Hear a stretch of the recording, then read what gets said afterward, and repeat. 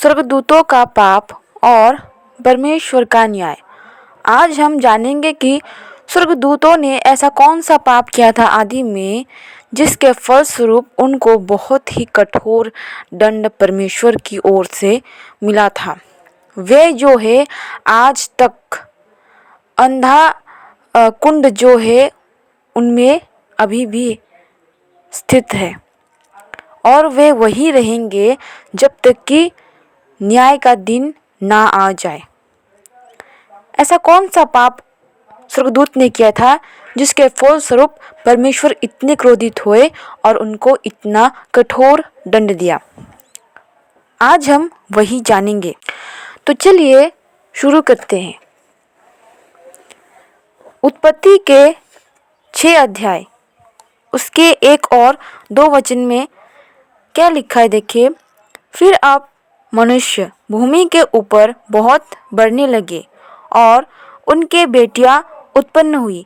तब परमेश्वर के पुत्रों ने मनुष्यों की पुत्रियों को देखा कि वे सुंदर है और उन्होंने जिस जिसको चाहा उससे विवाह कर लिया। अब यहाँ पर बहुत ही गहरी बात छुपी हुई है।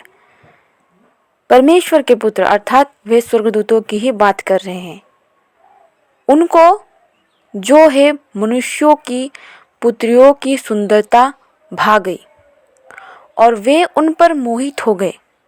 उनके साथ शारीरिक संबंध बनाना चाहा, जो कि उनको शोभा नहीं देता है, क्योंकि वे शरीर से नहीं जन्मे हैं। तत्पश्चात भी उनके मन में शारीरिक अभिलाषाएं उत्पन्न हुई।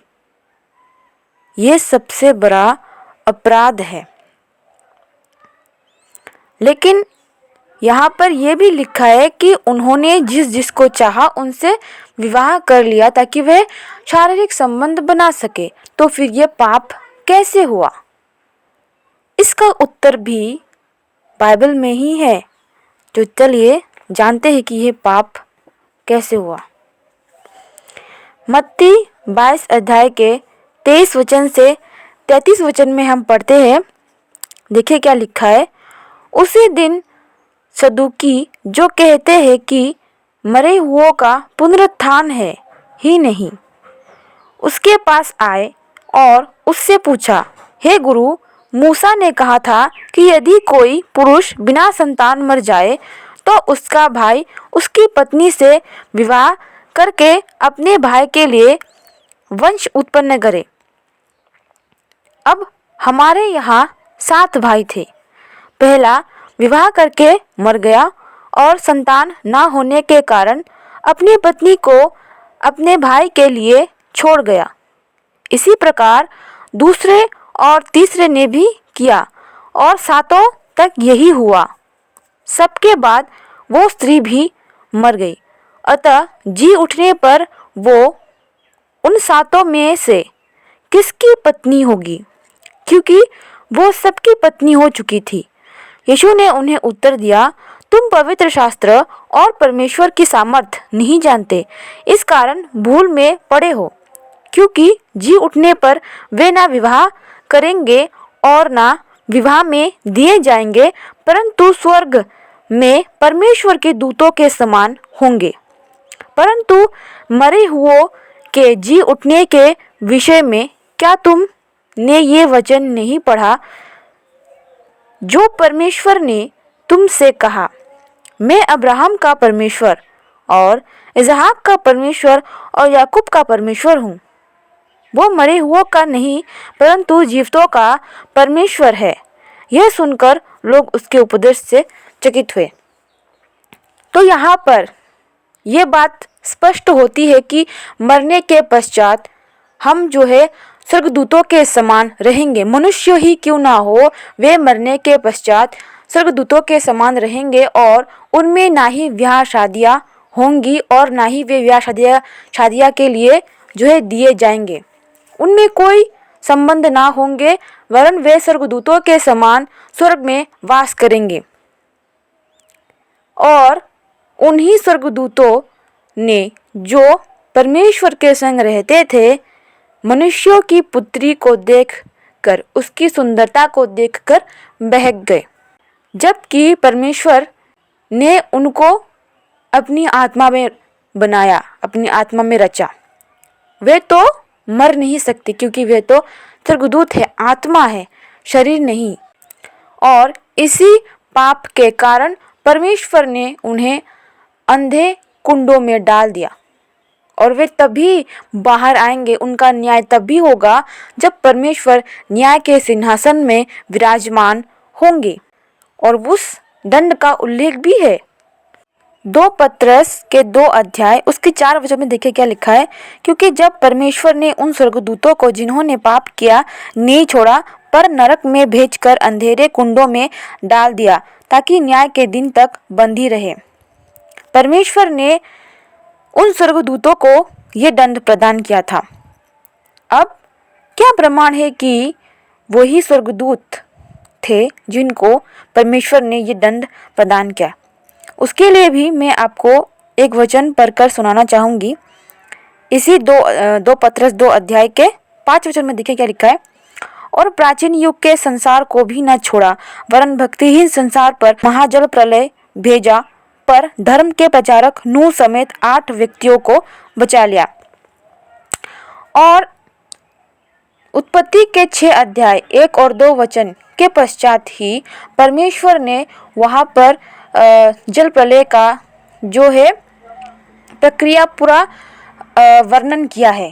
नूह को छोड़कर बाकी जो भी अधर्मी मनुष्य थे उन सभी का नाश का वर्णन वहाँ पर है।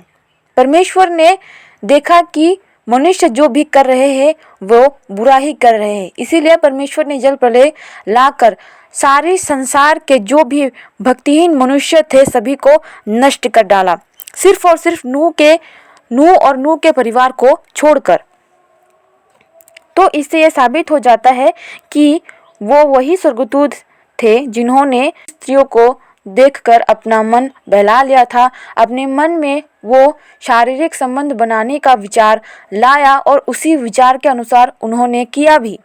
परमेश्वर के विरुद्ध उन्होंने पाप किया और उन पापों का दंड परमेश्वर ने उनको दिया। अब आप समझ गए होंगे कि परमेश्वर कभी भी किसी में भी भेदभाव नहीं रखता, चाहे वो मनुष्य हो चाहे वो स्वर्गदूत हो। जिसने पाप किया है उसको उसका दंड वो अवश्य ही देता है, क्योंकि वो सच्चा न्याय करता है। वो स्वयं सत्य है और इसी कारण से चाहे उसके समक्ष कोई भिखारी हो, कोई राजा हो, कोई स्वर्गदूत हो या फिर कोई मनुष्य हो, उसका न्याय सिर्फ और सिर्फ सच्चा होता है। उसके समक्ष चाहे कोई भी क्यों ना हो, जिसने पाप किया है वो उसके समक्ष सिर्फ और सिर्फ एक पापी है। वह किसी का भी भेदभाव नहीं करता। इसके विषय में आपको और एक वचन सुनाना चाहूँगी। मत्ती 20 अध्याय के 1 वचन से 16 वचन तक देखें क्या लिखा है। स्वर्ग का राज्य किसी गृहस्थ स्वामी के समान है जो सवेरे निकला कि अपनी दाख की बारी में मजदूरों को लगाए। उसने मजदूरों से 1 दिनार रोज ठहराया और उन्हें अपनी दाख की बारी में भेजा। फिर 1 पहर दिन चढ़े उसने निकलकर अन्य लोगों को बाजार में बेकार खड़े देखा और उसने कहा, तुम भी दाख की बारी में जाओ और जो कुछ ठीक है तुम्हें दूंगा। अतः वे भी गए। फिर उसने दूसरे और तीसरे पहर के निकट निकलकर वैसा ही किया। 1 घंटा दिन रहे। उसने फिर निकलकर दूसरों को खड़े पाया और उनसे कहा, तुम क्यों यहाँ दिन भर बेकार खड़े रहे? उन्होंने उससे कहा, इसलिए कि किसी ने हमें मजदूरी पर नहीं लगाया। उसने उनसे कहा, तुम भी दाख की बारी में जाओ। साँझ को दाख की बारी के स्वामी ने अपने भंडारी से कहा, मजदूरों को बुलाकर पिछलों से लेकर पहलों तक उन्हें मजदूरी दे दे। तब वे आए जो घंटा भर दिन रहे लगाए गए थे, तो उन्हें 1-1 दिनार मिला। जो पहले आए उन्होंने ये समझा कि हमें अधिक मिलेगा, परंतु उन्हें भी 1-1 दिनार ही मिला।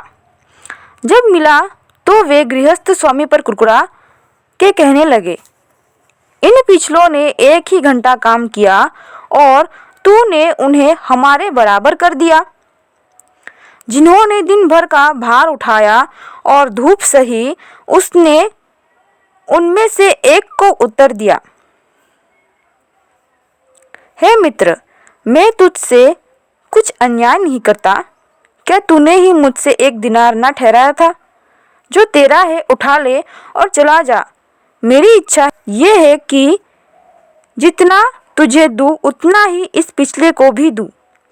क्या ये उचित नहीं कि मैं अपने माल से जो चाहूं सो करूं? क्या मेरे भले होने के कारण तू बुरी दृष्टि से देखता है? इसी रीति से जो पिछले हैं वे पहले होंगे और जो पहले हैं वे पिछले होंगे। यहाँ पर स्पष्ट है कि परमेश्वर ने किसी से भी भेदभाव नहीं किया। कुछ मजदूर थे जो पूरे दिन धूप सहकर कार्य कर रहे थे, लेकिन परमेश्वर ने उनको पहले से ही कह दिया था कि तुम्हें 1 दिनार दिया जाएगा। और उसी प्रकार जो कुछ देर बाद आए, जो दिन के आखिरी पहर में आए, दिन का 1 घंटा ही काम किया या फिर दिन का 2-3 घंटा ही काम किया, उनको भी परमेश्वर ने उन सभी के समान 1-1 दिनार सबको दिया, ताकि कोई दुखी ना हो, कोई ये ना समझे कि उसको ज़्यादा मिला और मुझे कम मिला। परमेश्वर ने उन सभी के बीच न्याय किया, किसी को ज़्यादा या फिर किसी को कम नहीं दिया, सभी को एक समान दिया। इससे आप समझ सकते हैं कि परमेश्वर का दृष्टिकोण हमारे प्रति एक समान है। वह किसी के प्रति अन्याय नहीं करता। जो भी पाप करता है उसको उसका दंड अवश्य ही देता है, और जो भला काम करता है उसको उसका फल अवश्य ही प्रदान करता है। वो कभी भी उसके फल से वंचित नहीं होता। चाहे आप थोड़ा भला काम करें या फिर चाहे आप बहुत ही ज़्यादा भला काम करें, इसलिए नहीं कि आपने बहुत ज़्यादा भला काम किया है परमेश्वर आपको अधिक देगा, और उसने जो थोड़ा ही भला काम किया है उसको थोड़ा ही देगा।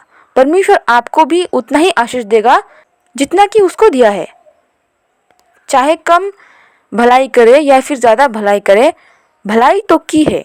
और सबसे बड़ी बात, परमेश्वर भले करने वाले का मन जांचता है कि उसने किस उद्देश्य से लोगों की भलाई की, अपनी प्रशंसा करवाने के लिए या फिर उनका दुख दूर करने के लिए जो कष्ट में है। ये बात महत्वपूर्ण है दोस्तों। कोई व्यक्ति अगर अपनी प्रशंसा करवाने के लिए भलाई का काम करता है तो परमेश्वर की दृष्टि में वो भलाई का कार्य का कोई मोल नहीं होता।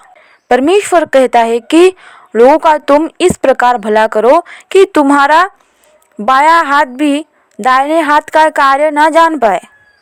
कोई ना जाने कि तुमने उसके लिए क्या किया है, स्वयं वो भी नहीं। छुपकर लोगों की जो है मदद करने को परमेश्वर ने कहा है। और कुछ लोग ऐसे हैं जो सेल्फी ले लेकर वीडियो बना कर दिखाते हैं कि मैंने ये कर दिया, मैंने इसका मदद किया है, मैंने इतने रुपए इसको दिए हैं।